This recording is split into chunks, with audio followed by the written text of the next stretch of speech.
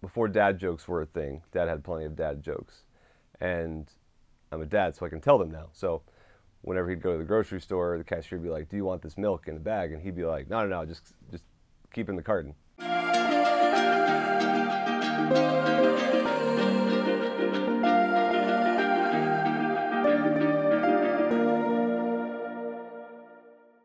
Hi, I'm Bobby Angel, and this is Ascension Presents. I want to talk to you today about what to do if you're stuck in a rut, if you feel like you're in Groundhog's Day, and you're just kind of going to work, and every week is just the same and the same, and you're feeling like just a cog in a machine, and your exercise is the same, and your prayer life may just be like this repetition, and you're just like, you feel stuck. So some things that have helped me, because I was in this pretty recently, brand new year, excited. And then like 2 weeks in, I already feel like, bleh, like it just, work seems the same, my prayer life's not going anywhere, my exercise seems boring. So what to do? First of all, I'm a big fan of the expression, the grass isn't greener on the other side, the grass is greener where you water it. So step one, admit you're in a rut. So acknowledge the fact that I'm in a rut right now. Name it. Okay, great. Now we can move on instead of maybe trying to deny it or push past it. Step two, the grass is green where you water it. Don't think the grass is greener on the other side and get a plane trip to the other side of the world or quit your job or do something rash when, again, sometimes the problems are within our own habits and we're contributing to this, and the problems are just going to follow us. These rash decisions aren't really the healthy ones to make. And so look inward a bit. If your exercise is stale, change it up. Change up the routine. Do cardio if you hate cardio. Do, again, CrossFit, or just pick something different to work into your routine. Work out with a buddy. I don't know. Like, change it up before you go and do something crazy. If your prayer life is stale, this could be, again, contribute to the rest of life seeming just like blah, is if your prayer life is next to nothing.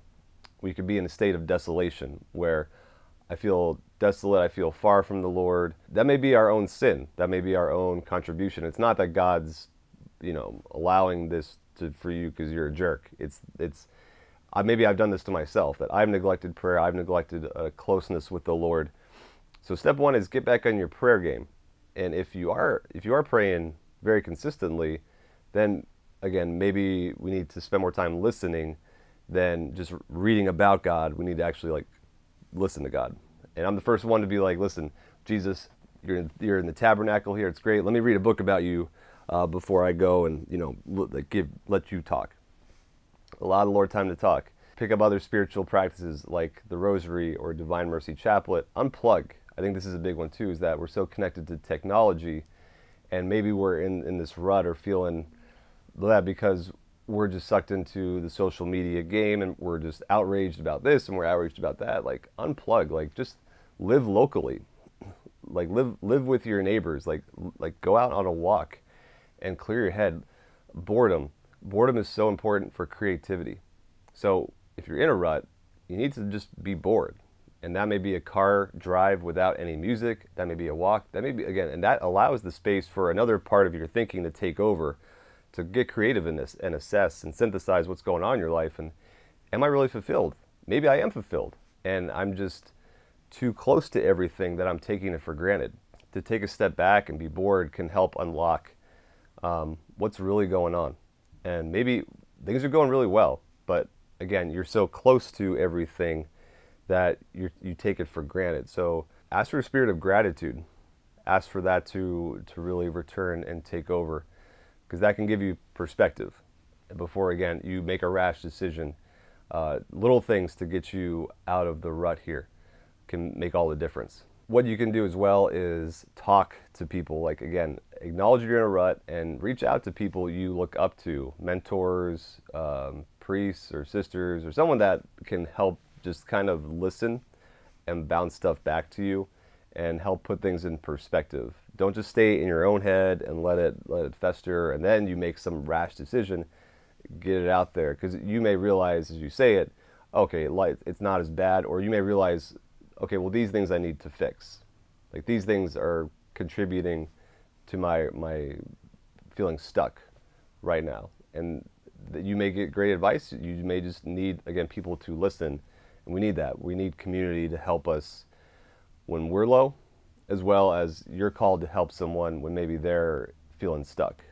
So ask the Lord for that too. Like, Lord, help me see who around me just needs someone to listen, and maybe to kind of give them an elbow up and say, you're doing a great job, or to affirm them is maybe what they need to help them keep going. So I want to end with a scripture here from 2 Corinthians chapter 4, verse 16 to 18 here. So do not lose heart. Though our outer man is wasting away, our inner man is being renewed every day. For this light, momentary affliction is preparing us for an eternal weight of glory beyond all comparison, because we look not to the things that are seen, but to the things that are unseen. For the things that are seen are transient, but the things that are unseen are eternal. The external may seem like it's just going round and round again and again. Cultivate the inner man. Again, turn to the Lord in prayer. Ask Him, Lord, help me find meaning in my work. Help me be attentive to my family or my friends, my loved ones, and serve. Like, help me to get out of myself, my own head, and worry about me. Help me to serve others, to see where I can make a difference. And I think these little things can help you get out of your rut. Feel free to like, comment, or subscribe, or just throw down your own advice in the comment section of what's helped you get out of a rut. Because again, if you're feeling it or going through it, someone else is too. So whatever advice you have can help someone else. We're all in this together. From all of us at Ascension, God bless.